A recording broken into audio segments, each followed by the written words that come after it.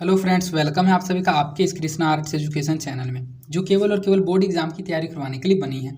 इसलिए इस चैनल को आपने अभी तक सब्सक्राइब नहीं किया तो इस चैनल को सब्सक्राइब कर दें और साइड के बेल नोटिफिकेशन को भी जरूर प्रेस कर दें, ताकि हमारी वीडियो का लेटेस्ट नोटिफिकेशन आप तक सबसे पहले पहुंच सके। और अगर आपको इस चैनल से रिलेटेड क्लास 10 के नोट्स और पीडीएफ चाहिए, आपको क्लासेस के नोटिफिकेशन सही समय पर चाहिए, तो आप हमारे टेलीग्राम चैनल को ज्वाइन कर लें। टेलीग्राम चैनल पर जो नोट्स और पीडीएफ आपको दिए जाते हैं वे बिल्कुल मुफ्त में दिए जाते हैं और उनको पढ़कर आप अपने बोर्ड एग्जाम की तैयारी और अधिक अच्छे तरीके से कर सकते हैं। टेलीग्राम चैनल का लिंक डिस्क्रिप्शन में भी दिया हुआ है और आप टेलीग्राम एप्लीकेशन में कृष्णा आर्ट एजुकेशन को सर्च करके भी ज्वाइन हो सकते हैं। इसलिए टेलीग्राम चैनल को जरूर ज्वाइन कर लीजिएगा।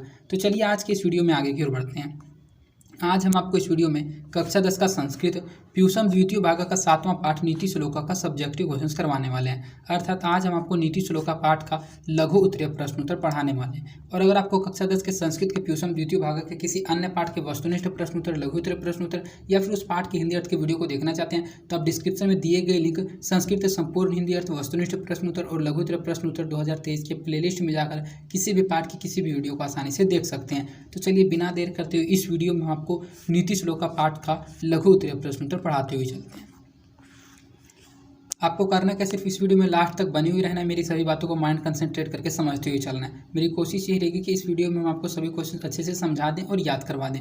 तो हमारा पहला क्वेश्चन है, पंडित किसे कहा गया, पठित पाठ के आधार पर स्पष्ट करें। अर्थात जो आपने पाठ पढ़ा है, अगर आपने पाठ नहीं पढ़ा तो इस पूरे पाठ को मैंने बिल्कुल ही अच्छे से हिंदी अर्थ करके समझा रखा है। इस पाठ में कुल 10 श्लोक थे, 10 श्लोकों का मैंने बिल्कुल ही अच्छे से लाइन बाय लाइन हिंदी अर्थ करके समझा रखा है। तो आप इस पाठ के हिंदी अर्थ के वीडियो को जरूर देख लीजिएगा। तो अगर आपने पाठ नहीं पढ़ा तो ध्यान से सुनते हुए चलिए, समझते हुए चलिए। पठित पाठ के आधार पर स्पष्ट करें कि पंडित किसे कहा गया। इस पाठ में पंडित किसे कहा गया, उन बातों को बताइए। तो महात्मा विदुर ने पंडित की व्याख्या बड़े ही रोचक ढंग से की है। उनके मतानुसार पंडित का अभिप्राय विद्वान या ब्राह्मण से नहीं है। धर्म एवं कर्म प्रवचनीय पंडित सर्वत्र नहीं होते हैं। जिसका कार्य शीत, उष्ण, भय, प्रेम, समृद्धि अथवा असमृद्धि में बाधा नहीं पहुंचाता है, वही पंडित है। सभी जीवों के तत्व को जानने वाला, अपने कर्म के योग की तरह जानने वाला ही पंडित है। ये जो नीति श्लोक का पाठ है, इस पाठ की रचना की है महात्मा विदुर ने। तो वही इसमें बताया गया कि महात्मा विदुर ने पंडित की व्याख्या बड़े ही रोचक ढंग से की है। उन्होंने बताया है कि पंडित का अभिप्राय ब्राह्मण या फिर विद्वान से नहीं है। उन्होंने एक बात बताया कि पंडित का मतलब ये नहीं है कि जो जाति से ब्राह्मण है वही पंडित है, जो अधिक विद्वान है वही पंडित है, वो पंडित नहीं है। धर्म एवं कर्म प्रवचनीय पंडित सर्वत्र नहीं होते। अगर धर्म और कर्म से पंडित कोई हो जाए तो वह सभी जगह का पंडित नहीं हो सकता है। जिसका कार्य, जिसका कर्म शीत अर्थात ठंड, गर्मी, उष्ण, भय, प्रेम, समृद्धि अथवा असमृद्धि में बाधा नहीं पहुंचाता है, वही पंडित है। सभी जीवों के तत्वों को जानने वाला और अपने कर्म के योग की तरह जानने वाला ही पंडित कहलाता है। पंडित किसे कहा गया, यह अपने नीति श्लोक का पाठ के फर्स्ट श्लोक में ही पढ़ा था। पंडित उसे कहा जाता है जिसके कार्य से शीत, उष्ण, भय किसी प्रकार की कोई बाधा नहीं पहुंचती, उसे ही पंडित कहा गया। यही पाठ में हमने पढ़ा था। नीच मनुष्य कौन है, पठित पाठ के आधार पर स्पष्ट करें। इसमें जितने भी क्वेश्चन होंगे पठित पाठ के आधार पर ही होंगे, क्योंकि नीच कौन है ऐसे अगर क्वेश्चन पूछ दिया जाए तो हम क्या आंसर दे सकते हैं। लेकिन पाठ में हमने पढ़ा था कि नीच मनुष्य कौन है, तो वही बातों को आपको लिखना है जो आपने पाठ में पढ़ा था। तो नीच मनुष्य का अभिप्राय निम्न जाति में जन्म लेने से नहीं है। सत और असत कर्मों में संलग्न वाले मनुष्य भी नीच की श्रेणी में नहीं आता है। जो बिना बुलाए हुए सभा में प्रवेश करता है, बिना पूछे हुए बहुत बोलता है, नहीं विश्वास करने पर भी बहुत विश्वास करता है, ऐसा पुरुष नीच श्रेणी में आता है। इसमें स्पष्ट कह दिया गया कि नीच मनुष्य का अभिप्राय निम्न जाति से नहीं है। अर्थात जो छोटे जाति के लोग हैं उनको यहाँ नीच नहीं कहा गया है।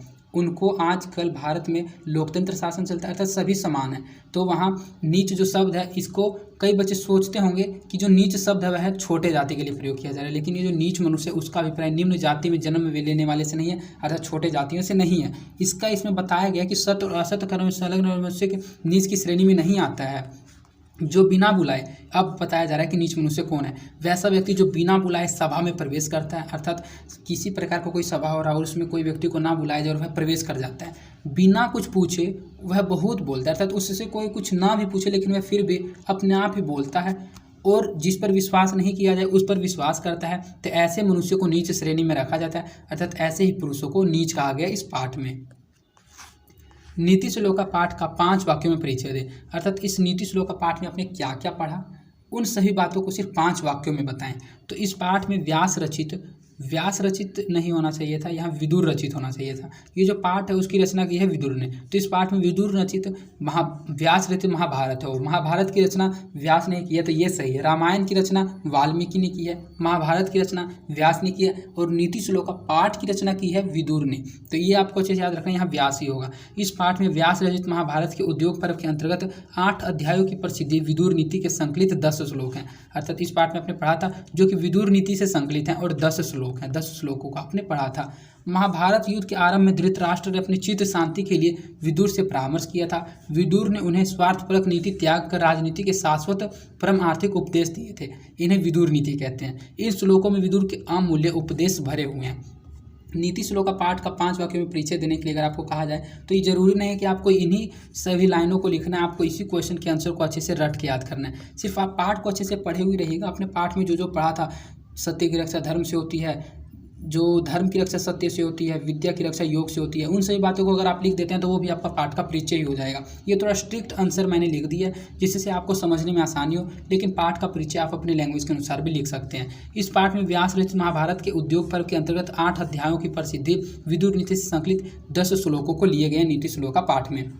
महाभारत युद्ध के आरंभ में जो धृतराष्ट्र था वह अपनी चित्त की शांति के लिए विदुर से कुछ नैतिकता के प्रश्न पूछता है, और विदुर जो है उन नीति त्याग कर राजनीति के शाश्वत प्राथमिक उपदेश उनको देता है, अर्थात उन प्रश्नों के उत्तर उसको अच्छे तरीके से दे देता है। इन्हें ही विदुर नीति कहते हैं। इन श्लोकों में विदुर के अमूल्य उपदेश भी भरे हुए हैं, अर्थात इन श्लोकों में विदुर ने एक अमूल्य उपदेश दिए हैं, वे उपदेश भी भरे हुए हैं जिनको पढ़कर हम अपने जीवन को आगे बढ़ा सकते हैं, हम लोग सफल हो सकते हैं। नीति श्लोक का पाठ के आधार पर स्त्रियों को क्या विशेषताएं हैं, अर्थात नीति श्लोक का पाठ में स्त्रियों की किन विशेषताओं को बताया गया। अगर आप नीति श्लोक का पाठ को पढ़ लिए तो आपको पता होगा कि स्त्रियों की क्या महत्व है, क्या उनकी विशेषताएं हैं। इसमें बताया गया था कि स्त्रियां घर की लक्ष्मी हैं, ये पूजनीय तथा महाभाग्यशाली है, ये पुण्यमयी और घर को प्रकाशित करने वाली कही गई है। अतएव स्त्रियां विशेष रूप से रक्षा करने योग्य होती है। पाठ में आपने पढ़ा था कि स्त्रियां घर की लक्ष्मी होती है, ये पूजनीय होती है, ये सौभाग्यशाली होती है, ये पवित्र होती हैं, ये घर की ज्योति होती है, अर्थात ये घर को प्रकाशित करने वाली कही गई है। इसलिए हम लोगों को इन स्त्रियों का, इन महिलाओं का विशेष रूप से रक्षा करना चाहिए। यही आपने पाठ में पढ़ा था। तो नीति श्लोक का पाठ के आधार पर स्त्रियों की क्या विशेषताएं हैं, तो स्त्रियां घर की लक्ष्मी है, ये पूजनीय तथा महाभाग्यशाली है, ये पुण्यमयी और घर को प्रकाशित करने वाली कही गई है। अतएव इसलिए स्त्रियां विशेष रूप से रक्षा करने योग्य होती है, अर्थात हम लोगों को स्त्रियों की रक्षा करनी चाहिए। उन्नति की इच्छा रखने वाले मनुष्यों को क्या करना चाहिए, अर्थात जो व्यक्ति अपने जीवन में सफल होना चाहता है, अपने कैरियर को बिल्ड करना चाहता है, तो उस व्यक्ति को किन चीज़ों को क्या करना चाहिए, अर्थात उन्नति की इच्छा रखने वाले मनुष्यों को क्या करना चाहिए, पाठ के आधार पर बताएं। पाठ में आपने क्या पढ़ा था, तो उन्नति की इच्छा करने वाले मनुष्यों को निद्रा अर्थात अधिक सोना और तंद्रा मतलब कि ऊँघना को त्याग देना चाहिए। इतना ही नहीं, भय, क्रोध, आलस्य, काम को टालने की आदत को भी सदा के लिए छोड़ देना चाहिए। नीति श्लोक का पाठ में महात्मा विदुर का कथन है कि ये 6 दोष अवश्य ही छोड़ देना चाहिए। अगर कोई व्यक्ति अपने जीवन में सफल होना चाहता है, आप भी अगर सफल होना चाहते हैं, तो इन 6 दोषों को बिल्कुल ही अपनी ज़िंदगी से त्याग दीजिए। अगर आप इन 6 दोषों को त्याग देते हैं तो आप अपने जीवन में सफल हो सकते हैं, आप अपने कैरियर को बना सकते हैं। अगर इन 6 दोषों को त्याग कर आप अभी से अच्छे से पढ़ाई ही शुरू कर देते हैं तो आप अच्छे तरह से बोर्ड एग्जाम में अच्छा अंक ला सकते हैं। तो वही इसमें पूछा जा रहा था कि उन्नति की इच्छा रखने वाले मनुष्यों को क्या करना चाहिए। तो उन्नति की इच्छा रखने वाले मनुष्य को निद्रा अर्थात अधिक नहीं सोना चाहिए तथा तंद्रा और ऊँघना, इन सभी चीज़ों को त्याग देना चाहिए। इतना नहीं, उसे भय, क्रोध, आलस्य और काम को टालने की आदत को भी सदा के लिए छोड़ देना चाहिए। नीति श्लोक का पाठ में महात्मा विदुर का कथन है कि ये जो 6 दोष हैं, भय, क्रोध, आलस्य, तंद्रा, निद्रा, इन सभी को त्याग देना चाहिए, तभी कोई व्यक्ति उन्नति कर सकता है अर्थात अपने जीवन में सफल हो सकता है।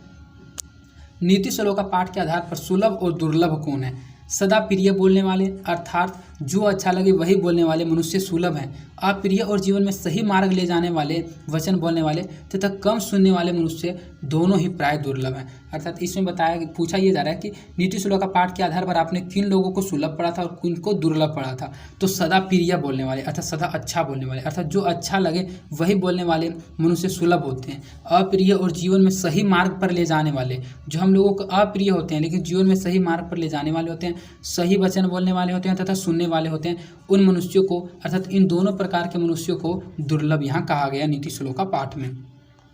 ये क्वेश्चन मोस्ट इंपॉर्टेंट क्वेश्चन है, कई बार बोर्ड एग्जाम में पूछा जा चुका है और इसकी पूछे जाने की संभावना 101% रहती है। इसलिए इस टाइप के क्वेश्चन को आप अच्छे से याद कर लीजिएगा कि नीति श्लोक का पाठ से हमें क्या शिक्षा मिलती है, अर्थात क्या संदेश मिलता है, क्या शिक्षा मिलती है, क्या संदेश मिलती है, नीति श्लोक का पाठ में लेखक के क्या विचार हैं, उनकी क्या राय है। ये सभी क्वेश्चन का आंसर एक ही टाइप का होता है, सिर्फ आपको एक क्वेश्चन के आंसर को अच्छे से याद कर लेना है। तो इसमें पूछा यह जा रहा है कि नीति श्लोक का पाठ से हम लोगों को क्या संदेश मिलता है। तो नीति श्लोक का पाठ महात्मा विदुर रचित विदुर नीति ग्रंथ से उद्धृत है, अर्थात महात्मा विदुर ने एक विदुर नीति ग्रंथ की रचना की थी और उसी विदुर नीति ग्रंथ से इस पाठ को लिया गया, उसके 10 श्लोकों को लिया गया।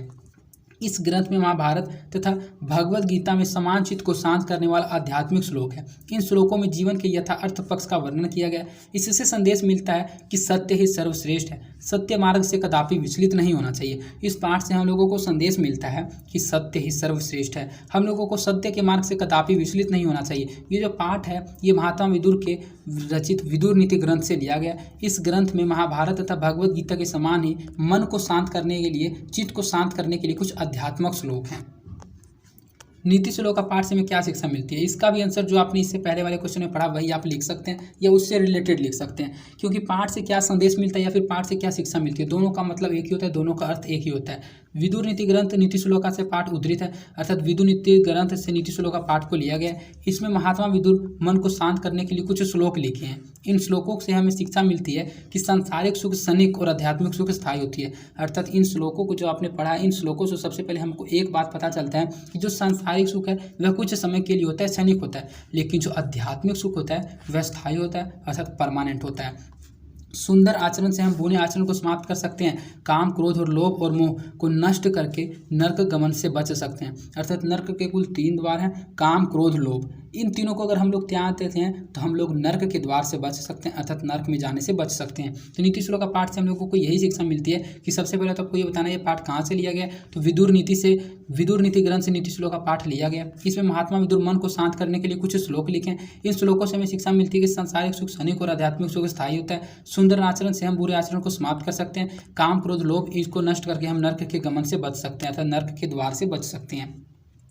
नीति श्लोक का पाठ में मूढ़ चेता नराधम किसे कहा गया है। मूढ़ चेता नराधम ये एक आपने वर्ड पढ़ा था इस श्लोक में, तो वही पूछा जा रहा है कि नीति श्लोक का पाठ में इसे किसको कहा गया है। जिन व्यक्तियों का स्वाभिमान मरा हुआ होता है, जो बिना बुलाए किसी के यहाँ जाता है, जो बिना कुछ पूछे बकबक करता है, जो अविश्वसनीय पर विश्वास करता है, ऐसा मूर्ख हृदय वाला मनुष्यों में नीच होता है। अर्थात ऐसे ही व्यक्ति को नीति श्लोक का पाठ में मूढ़ चेता नराधम कहा गया है।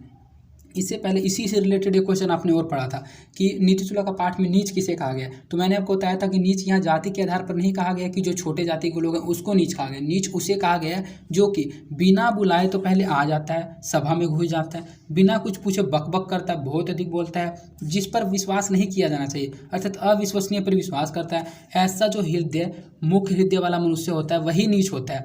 और इसी व्यक्ति को नीति श्लोक का पाठ में मूढ़ चेत नराधम कहा गया, मूढ़ चेता नराधम कहा गया। तो इस नीति श्लोक का पाठ में मूढ़ चेता नराधम किसे कहा गया, ये मैंने पाठ पढ़ाते वक्त भी आपको समझा दिया था। अगर आपने पाठ को नहीं पढ़ा तो इस पाठ को जरूर पढ़ लीजिएगा, और अगर आपने पढ़ा होगा तो इस शब्द को देखते ही आपको समझ में आ गया होगा कि इसका आंसर क्या होगा। नीति श्लोक का पाठ के आधार पर मनुष्य के 60 दोषों का हिंदी में वर्णन करें। नीति श्लोक का पाठ के आधार पर, तो नीति श्लोक का पाठ में मनुष्य के आपने किन 6 दोषों को पढ़ा, उन 6 दोषों का हिंदी में वर्णन करें। तो मनुष्य के 6 प्रकार के दोष होते हैं, निद्रा, तंद्रा, भय, क्रोध, आलस्य तथा दीर्घसूत्रता। ऐश्वर्य प्राप्ति में बाधक बनने वाले होते हैं। तो इससे पहले उन्नति प्राप्त करने वाले लोगों को क्या त्याग देना चाहिए, और नीति श्लोक का पाठ के आधार पर मनुष्य के 6 दोषों का हिंदी में वर्णन करें। दोनों का आंसर एक हो सकता है, लेकिन मैंने अलग अलग क्वेश्चन के अलग अलग 7 आंसर इसलिए दिए जिससे आपको समझ में आ जाए कि एग्जाम में क्वेश्चन कैसे पूछे जाते हैं। जो इनसे पहले वाले क्वेश्चन में आपने आंसर पढ़ा था वो भी आप इसमें लिख सकते हैं। तो मनुष्य के 6 प्रकार के दोष होते हैं, निद्रा, तंद्रा, भय, क्रोध, आलस्य तथा दीर्घसूत्रा, जो कि ऐश्वर्य प्राप्ति में बाधक बनने वाले होते हैं। नीतिकार का कहना है कि जिसमें ये दोष पाए जाते हैं वह चाहते हुए भी सुख की प्राप्ति नहीं कर सकता, अर्थात वह अपने जीवन में सफल नहीं हो सकता है, अपने जीवन में उन्नति नहीं कर सकता है, क्योंकि अधिक निद्रा के कारण वह कोई समय पर नहीं कर पाता है, कोई काम समय पर नहीं कर पाता है। वह तंद्रावश में काम पीछे रह जाता है, अर्थात भय अर्थात डर के कारण काम आरंभ तो करता है, लेकिन क्रोध के कारण बना काम भी बिगाड़ देता है। इसी कारण आलस्य के कारण मनुष्य का दुरुपयोग होता है। तो दीर्घसूत्रता वाले काम को कल पर छोड़ देने के कारण काम का बोझ। दीर्घसूत्रता का मतलब होता है कि जैसे कि मैंने एक सोचा कि इस पाठ को मैं आज कंप्लीट कर लूँगा। जैसे कि मैंने सोचा कि संस्कृत के नीति श्लोक को पाठ को कंप्लीट करूँगा, लेकिन पढ़ते वक्त फिर मुझे लगा कि इसको आज नहीं कल पढ़ लेना चाहिए। तो कल पर टालने वाला जो बात होता है इसे दीर्घसूत्रता कहा जाता है। तो काम को कल पर छोड़ने के कारण काम का जो बोझ होता है वह बढ़ जाता है, फलतः वह जीवन के हर क्षेत्र में पीछे रह जाता है, वह जीवन में उन्नति नहीं कर पाता है। तो नीति श्लोक का पाठ के आधार पर मुझसे कि 6 दोषों का हिंदी में वर्णन करें तो 6 दोषों के बारे में लिखकर आपको 6 दोषों के बारे में बता देना कि उन 6 दोषों में क्या क्या किया जाता है। तो मनुष्य के 6 प्रकार के दोष होते हैं: निद्रा, तंद्रा, भय, क्रोध, आलस्य तथा दीर्घसूत्रता, जो कि उन्नति प्राप्त करने में बाधक होते हैं। और इन 6 दोषों में क्या क्या रीजन होते हैं, उन रीजन को सिर्फ आपको लिख देना है। जरूरी नहीं कि इतना बड़ा आंसर आपको लिखना है, आपको इतना बड़ा आंसर हम लिख के इसलिए लाएं जिससे आपको समझाने में आसानी हो। इसको अगर आप अच्छे से समझ आते हैं तो आप अपने लैंग्वेज के अनुसार इतना छोटा सा भी आंसर लिख सकते हैं। सिर्फ आंसर जो है वह स्टिक होना चाहिए। तो हम आशा करते हैं कि ये सभी क्वेश्चंस आपको याद हो गए होंगे, याद तो नहीं लेकिन समझ में जरूर आ गए होंगे। अगर ये क्वेश्चंस बोर्ड एग्जाम में आ गए होंगे तो आप 101% इसका आंसर कुछ ना कुछ जरूर लिख के आइएगा, ऐसा मुझे आशा है। और अगर आपको ये क्वेश्चंस याद नहीं हुए, नहीं समझ में आए तो इस वीडियो को एक बार रिपीट करके जरूर देख लीजिएगा और इस पाठ के हिंदी अर्थ के वीडियो को भी जरूर देख लीजिएगा। और अगर आपको यह वीडियो पसंद आई है तो इस वीडियो को अपने दोस्तों के भी ज़्यादा से ज़्यादा शेयर कीजिएगा, ताकि मैं जल्द से जल्द स्टूडेंट अधिक होने पर आपको लाइव पढ़ा सकूँ। और अगर आपने इस वीडियो को अभी तक लाइक नहीं किया तो इस वीडियो को लाइक कर दें। और अगर आपने अभी तक इस चैनल को सब्सक्राइब नहीं किया तो इस चैनल को सब्सक्राइब कर दें और साइड के बेल नोटिफिकेशन को प्रेस कर दें। और इसके पीडीएफ के लिए टेलीग्राम चैनल को ज्वाइन कर ले, टेलीग्राम चैनल पर इसका पीडीएफ आपको मिल जाएगा। और वीडियो कैसी लगी, अपना फीडबैक, अपना राय सलाह या फिर किसी प्रकार की कोई समस्या आप मुझ तक पहुंचाना चाहते हैं तो कमेंट के माध्यम से आप अपनी बातों को मुझ तक पहुँचा सकते हैं। तो आज के लिए इतना ही, धन्यवाद। मिलते हैं आपसे किसी अन्य इंपॉर्टेंट वीडियो में।